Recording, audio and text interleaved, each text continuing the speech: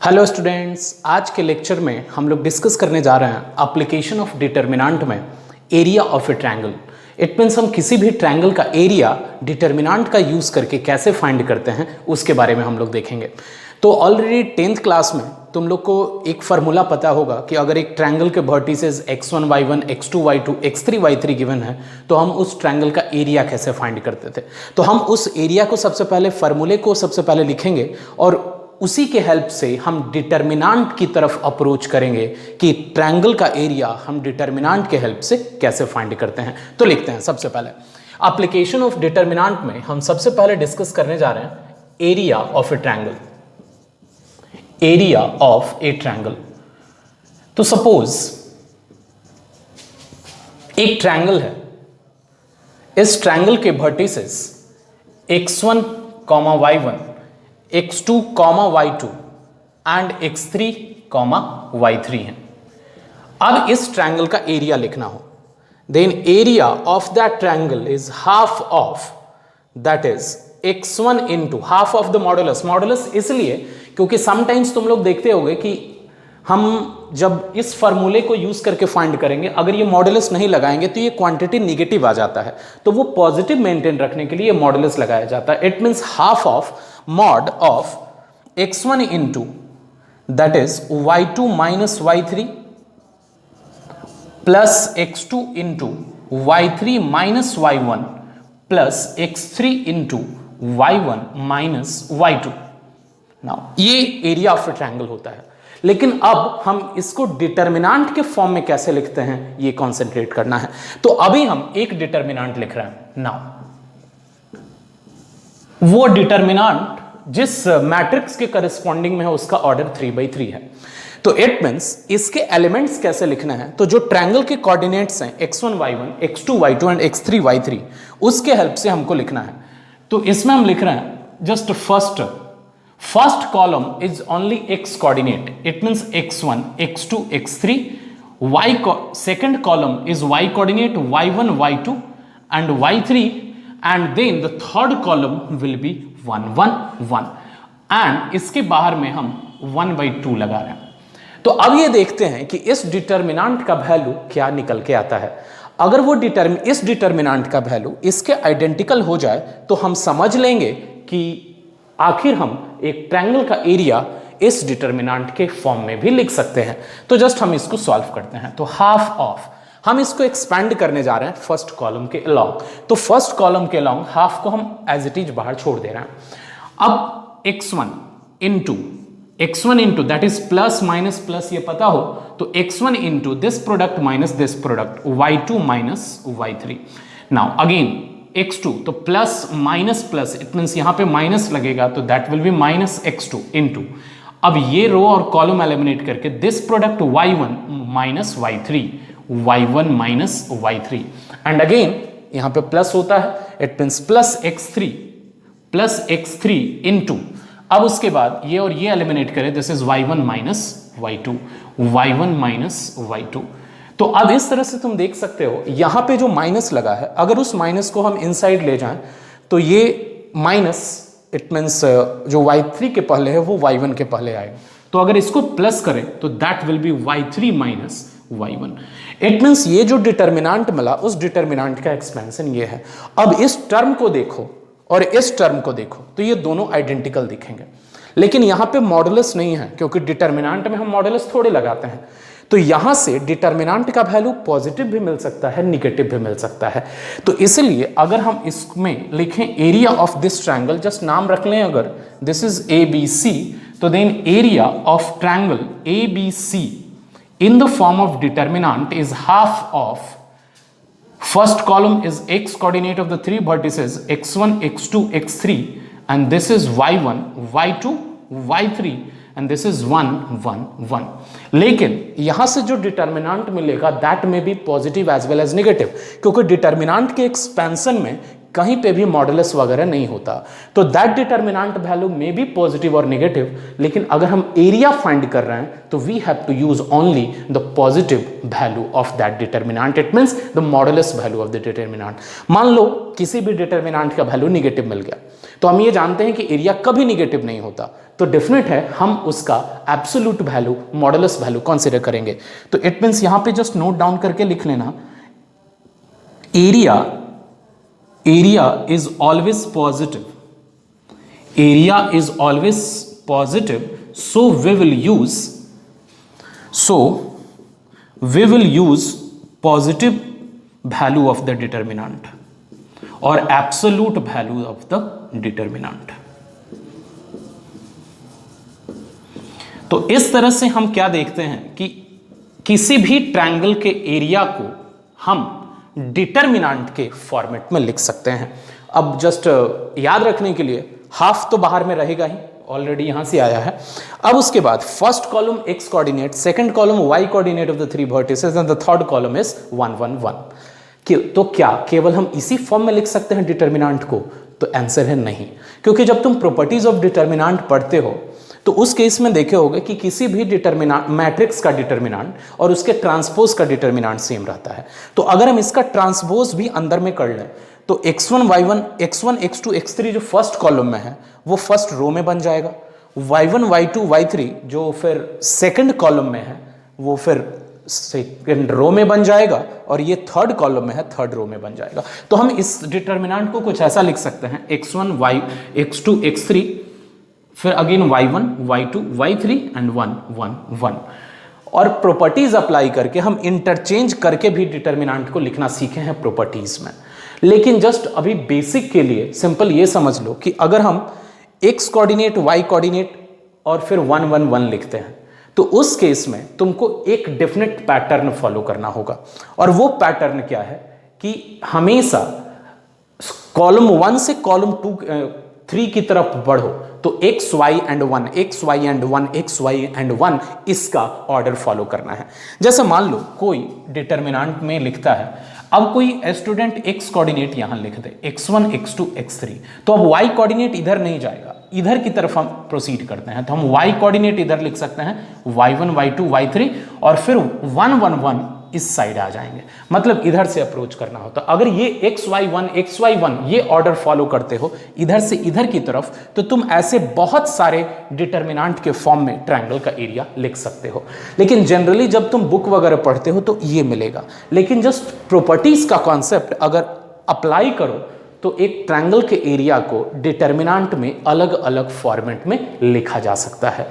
लेकिन just simple रखना है तो तुम इसको याद रख सकते हो डिटर्मिनेंट का एरिया, सॉरी ट्रायंगल के एरिया के लिए। तो इस तरह से हम डिटर्मिनेंट का यूज करके ट्रायंगल का एरिया फाइंड कर सकते हैं। लेकिन कुछ और इंपॉर्टेंट बातें हमको ध्यान रखनी है, वो क्या क्या लिखते हैं, तो ये सबसे पहले नोट डाउन कर लोगे, इंपॉर्टेंट है, यहां से ये हटा लो सब लोग। अब हम उसी फॉर्मूले पे बेस्ड एक क्वेश्चन देख लेते हैं। क्वेश्चन क्या है, find the area of the triangle with vertices. It means एक ट्रायंगल एबीसी गिवन है, this is triangle ABC whose vertices are given, and that is A is 5, 4, B is -2, and C is 2, -6. Now if we have to find the area of the triangle, consider this is as x1 y1 x2 y2 and this as x3 y3. It means area of the triangle ABC is equal to half of this first column is x coordinate of the three vertices x1 x2 x3 y1 y2 y3 1 1 1। ये simple सा problem है, that is equal to half of, now write the first column x coordinate of all the 3 points, it means 5 -2 2, this is 5 -2 and 2। now write the y coordinate of all the 3 points, that is 4 4 and -6, 4 4 and -6, and the third column is 1 1 1। now you can expand it along any rows or column, even you can use the properties of the determinant, like you can make these two elements is equal to 0 by using the properties R2 changed to R2 minus R1 and R3 changed to R3 minus R1। now लेकिन हम direct determinant value find कर लेते हैं, यहां पे कोई जरूरी नहीं कि हम प्रॉपर्टीज यूज करें हैं, तो डायरेक्ट एक्सपेंशन से करते हैं। Expanding the determinant along the first row, तो फर्स्ट रो के अलोंग एक्सपैंड करना, हाफ एज इट इज छोड़ देना है।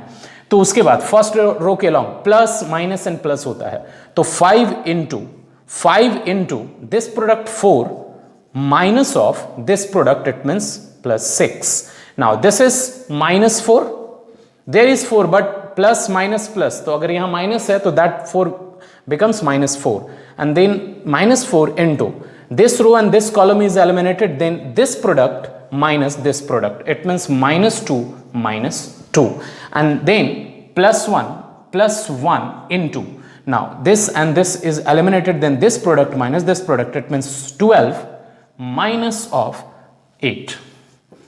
Now use just calculate this, 5 into that is 6 4 10 50 minus -4 and -4 into, it means plus 16 plus that will be 12 minus 8, that is 4, then 16 plus 4 20 plus 50 70 divided by 2 is 35 square unit। इसका मतलब कि अगर कभी भी किसी ट्रायंगल में 3 पॉइंट का vertices दिया जाए तो हम उसको डिटर्मिनेंट फॉर्म में लिखेंगे और उसका एरिया फाइंड कर सकते हैं। कई बार माइंड में आता है कि इसके तो बहुत सारे मेथड हैं, जो डायरेक्ट 10th में पढ़े हैं क्या वो यूज़ कर सकते हैं कि नहीं। तो सिंपल, जब भी तुमसे 12th में ये प्रॉब्लम पूछा जाएगा तो उसमें मेंशन होगा कि वो डिटर्मिनेंट के हेल्प से फाइंड करना है। अगर मेंशन नहीं है तो फिर तुम फ्री हो, लेकिन ऐसा कभी हो नहीं सकता। यही एरिया ऑफ ट्रायंगल तुम वेक्टर से फाइंड कर सकते हो। जब 12th में ही एक मैथमेटिक्स का चैप्टर पढ़ोगे वेक्टर अलजेब्रा, तो वेक्टर के हेल्प से भी हम इस ट्रायंगल का एरिया फाइंड कर सकते हैं। लेकिन जिस भी मेथड से पूछा जाएगा वो क्वेश्चन में मेंशन होता है, तो टेंशन नहीं लेना कि तुम्हारे पास बहुत सारे मेथड हैं तो कौन सा यूज कर रहे हैं, वो क्वेश्चन में मेंशन होता है। तो ये सिंपल है area of A triangle find करने का। अब इसी एरिया ऑफ ए ट्रायंगल का कॉन्सेप्ट का यूज करके हम लोग डिस्कस करेंगे कि अगर एक स्ट्रेट लाइन पे 3 पॉइंट्स हैं तो डेफिनेट है एक ही स्ट्रेट लाइन पे 3 पॉइंट है तो तीनों कॉलिनियर कहे जाते हैं। या फिर दूसरे सेंस में समझें, अगर हम 3 गिवन पॉइंट्स को कॉलिनियर प्रूफ करना चाहते हैं तो कॉलिनियर प्रूफ करने के लिए उन तीनों पॉइंट्स को एक ही लाइन पे शो करना होगा। अगर 3 पॉइंट एक ही लाइन पे हैं तो उन तीनों पॉइंट को ज्वाइन करने वाला जो ट्रायंगल बनेगा, तुम बोलोगे एक लाइन पे अगर 3 पॉइंट्स हैं वहां से तो ट्रायंगल फॉर्म होते नहीं हैं। लेकिन अगर इमेजिन करो कि एक ही लाइन पे अगर 3 पॉइंट्स हैं, उनको ज्वाइन करके तुमको ट्रायंगल कंस्ट्रक्ट करने को कहा जाए तो तुम एक ऐसे ट्रायंगल के बारे में इमेजिन कर सकते हो जिसका एरिया 0 होगा। एरिया 0 का कहने का मतलब we can not construct a triangle. तो अगर एक ही स्ट्रेट लाइन पे 3 पॉइंट्स हैं, इसका मतलब the area of the triangle formed by the 3 vertices is equal to 0। तो इसी कॉन्सेप्ट का हम यूज करेंगे to show that the 3 given points are collinear। तो अब जस्ट मेन टॉपिक पे आए।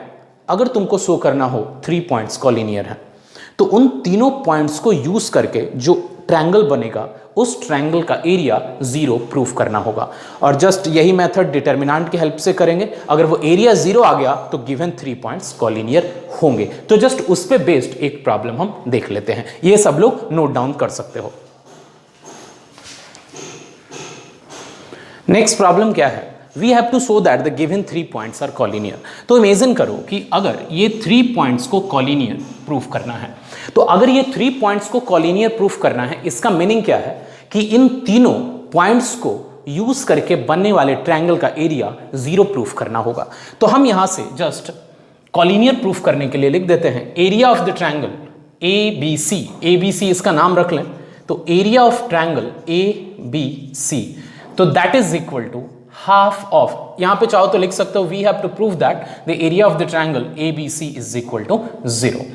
इट मीन्स नाउ अब अगर हम एरिया ऑफ ट्रायंगल ABC लिखें तो area of triangle ABC is half of, that is first column is the x coordinate of all the 3 points, that is ABC, and the y second column is y coordinate of all the 3 points, that is B plus C plus A and A plus B. Now third column is 1 1 1। अब यहां से इसको proof करने के लिए 0 लाना है, तो हम एक्सपैंड नहीं करेंगे, क्योंकि हम प्रॉपर्टीज में पढ़े हैं, डायरेक्ट एक्सपैंड करके भी 0 ही आएगा। लेकिन जब प्रॉपर्टीज ऑलरेडी मेरे पास है, क्योंकि प्रॉपर्टीज डिटर्मिनेंट के मल्टीप्लिकेशन को आसान करने के लिए है, तो मल्टीप्लिकेशन यहां थोड़ा कॉम्प्लिकेटेड होगा डायरेक्ट करने पे, तो उसको सिंपल करने के लिए पहले हम इसमें प्रॉपर्टीज अप्लाई करते हैं। तो ये हम प्रॉपर्टीज में ये सेम प्रॉब्लम हम डिस्कस किए होंगे, लेकिन नहीं याद है तो सिंपल देखना। अगर हम फर्स्ट कॉलम को सेकंड कॉलम में लाकर ऐड करें, तो फर्स्ट कॉलम सेकंड कॉलम में ऐड करने के बाद that becomes a plus b plus c, that again becomes a plus b plus c, and that is a plus b plus c। अब second column के सारे element a plus b plus c होंगे, तो हम a plus b plus c common लेकर के बाहर कर लें, तो अगेन ये 1 1 1 बचेगा, और second and third column identical होने की वजह से डिटर्मिनेंट वैल्यू 0 होगा। तो हम इसमें प्रॉपर्टीज अप्लाई कर लेते हैं, that is c2 changed to c2 plus c1। तो अब ये अप्लाई करने के बाद क्या आ जाएगा, that is equal to half of first column same A B C, second column A plus B plus C, this is A plus B plus C, this is A plus B plus C, and this is 1 1 1। and now a plus b plus c can be taken outside, that is half of a plus b plus c। now the first column is a b c, second column 1 1 1, third column same 1 1 1, and that determinant value is equal to 0। इसका meaning क्या है कि अगर किसी भी 3 points को collinear proof करना है, तो तुमको उस डिटर्मिनेंट उस ट्रायंगल के एरिया को 0 करना होगा जिस ट्रायंगल के वर्टिसेस गिवन 3 पॉइंट्स के कोऑर्डिनेट के इक्वल हैं। तो हम सिंपल सॉल्व कर सकते हैं। एक कॉन्सेप्ट और देखेंगे एरिया ऑफ ट्रायंगल का यूज करते हुए।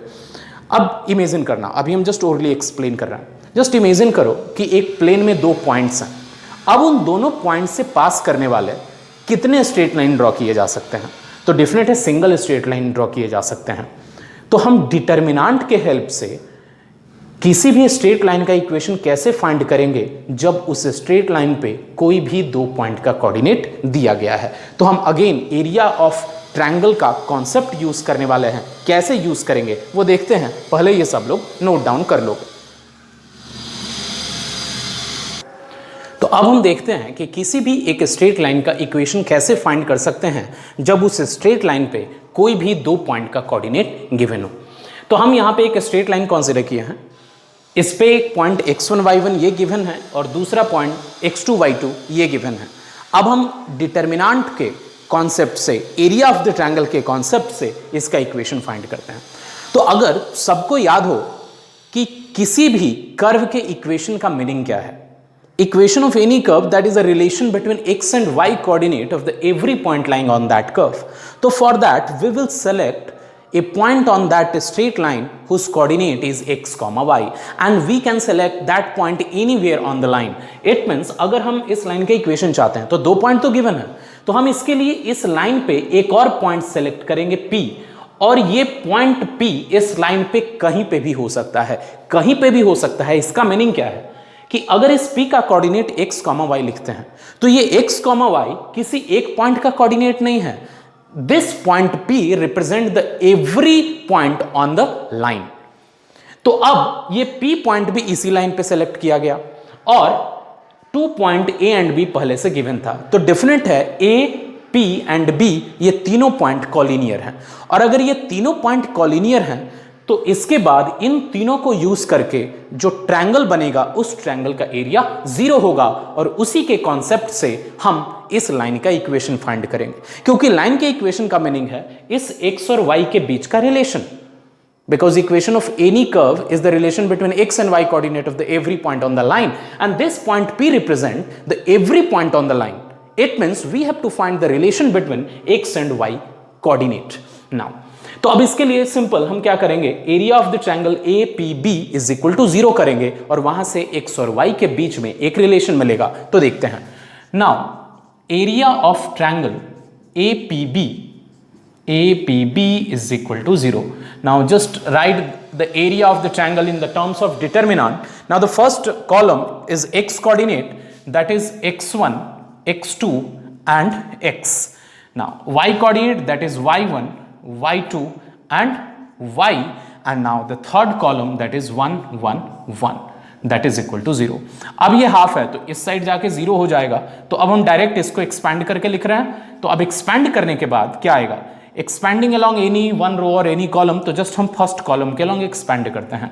तो that is x1 into that is y2 minus y, x1 into y2 minus y minus x2 into x2, it means this and this eliminated, that is y1 minus y, y1 minus y, and that is plus x into this and this eliminated, y1 minus y2, y1 minus y2 is equal to 0। अब इसी relation में x1 y1 x2 y2 put कर देना है, x और y के बीच में एक रिलेशन मिल जाएगा। तो ये तुमको याद नहीं रखना है। तुमको लगता होगा कि ये कैसे याद रखेंगे, थोड़ा कॉम्प्लिकेटेड लग रहा है, याद बिल्कुल भी नहीं रखना है। जस्ट अगर कोई भी क्वेश्चन होगा to find the equation of a straight line passing through the two given points, तो उसमें जस्ट फर्स्ट कोऑर्डिनेट यहां पे पुट कर लेना है, सेकंड कोऑर्डिनेट यहां पे पुट कर लेना है, फिर x and y that is arbitrary point, it means any point on the line हो जाएगा और ये 1 1 1 होगा। अब इसी को डिटर्मिनेंट वैल्यू को फाइंड कर लो, वहां से x और y के बीच में एक रिलेशन मिल जाएगा। तो हम एक एग्जांपल के थ्रू इसको समझने की कोशिश करेंगे, लेकिन ये जनरल है, जनरल कॉन्सेप्ट है, वो तुमको लिख लेना है। अब हम इसी पे बेस्ड एक क्वेश्चन देख लेते हैं। क्वेश्चन पहले समझते हैं क्या है। Find the equation of the line joining the two point 1,3 and 0,0 using determinant. हम पहले ये कर लेते हैं, उसके बाद आगे का काम करेंगे, नेक्स्ट पार्ट की तरफ आगे बढ़ेंगे। तो ए और बी दो पॉइंट है कि स्ट्रेट लाइन पे, तो हम एक स्ट्रेट लाइन ड्रॉ कर लिए, इस पे दो पॉइंट है, ए with coordinate 1,3 and b with coordinate 0,0, and in first part we have to find the equation of the straight line. So then equation of the straight line, we will select a arbitrary point p with coordinate x, y. Arbitrary point, it means that point represent the every point on that curve. It means if p is a point on the line, then area of the triangle APB must be equal to 0. So now area of the triangle APB is equal to 0. Then this implies that half of, in the form of determinant, x1 it means 1 0 x, y coordinate 3 0 y, and third column that is 1 1 1 is equal to 0.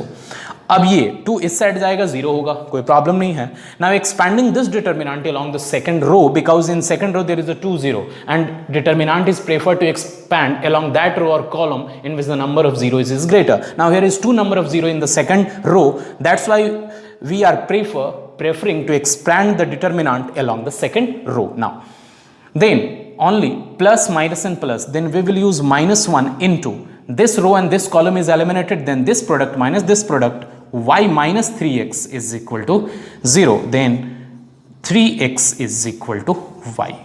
तो this is the equation of straight line A B. तो तुम देख रहे होगे कि अगर किसी भी स्ट्रेट लाइन पे दो पॉइंट गिवन है, हम उस स्ट्रेट लाइन के इक्वेशन डिटर्मिनेंट के फॉर्म से फाइंड कर सकते हैं। अब सेकंड पार्ट की तरफ आते हैं।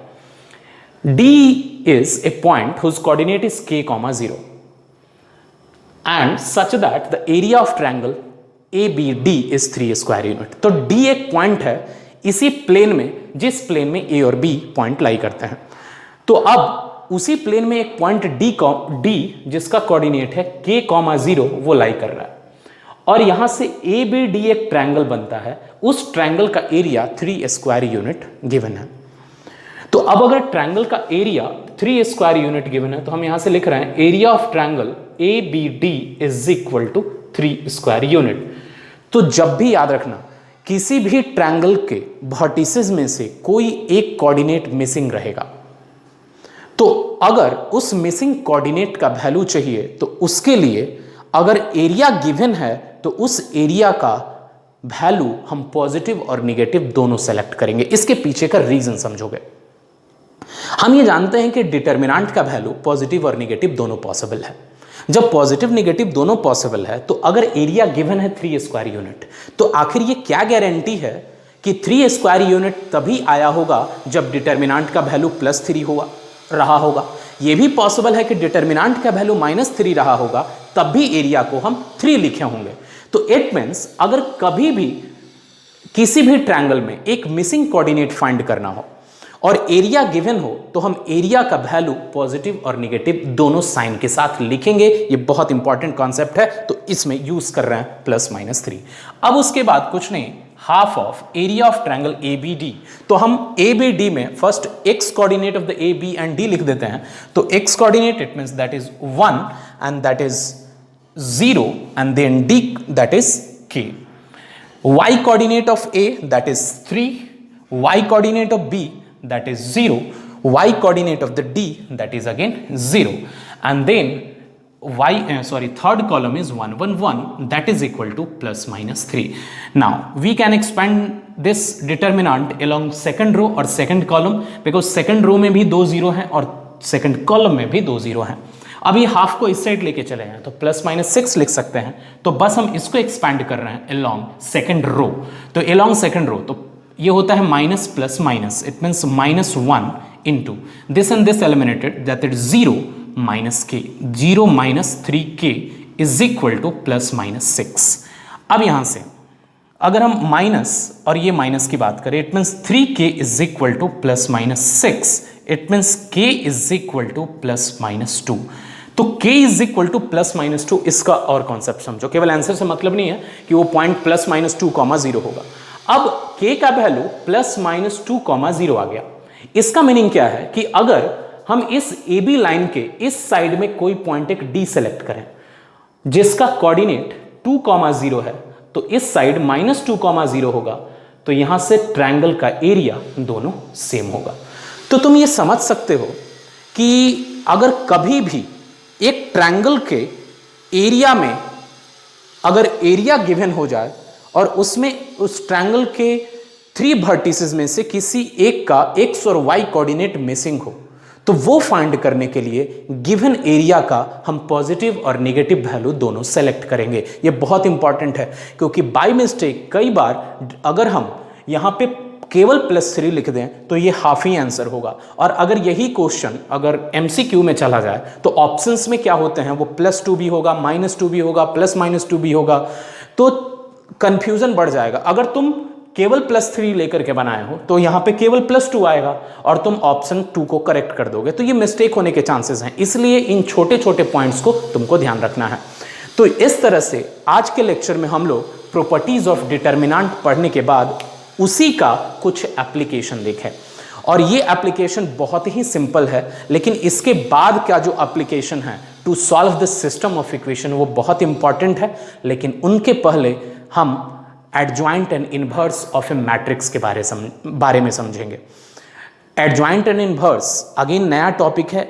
इनवर्स तुमको लगता होगा कि पहले पढ़ चुके हैं, लेकिन डिटर्मिनेंट में किसी भी मैट्रिक्स का इनवर्स फाइंड करना बहुत आसान होता है, क्योंकि अगर तुम इनवर्स याद हो मैट्रिक्स में पढ़े थे एलिमेंट्री ट्रांसफॉर्मेशन का यूज करके, इरिटेटिंग लगता होगा और तुमको करने का मन भी नहीं होता होगा। लेकिन अगर तुमको इनवर्स फाइंड करना ही है, मेथड मेंशन नहीं है, तो हम डिटर्मिनेंट मेथड प्रेफर करते हैं। लेकिन वो क्या है वो हम आगे आने वाले लेक्चर में देखेंगे, और उसके बाद उसका एप्लीकेशन भी देखेंगे। तो अभी एटलीस्ट 2 लेक्चर्स और होंगे डिटर्मिनेंट के, और वो बहुत इंपॉर्टेंट हैं, क्योंकि अगर हम just exam point of view से अभी बात करें तो वो उन्हीं से रिलेटेड होता है।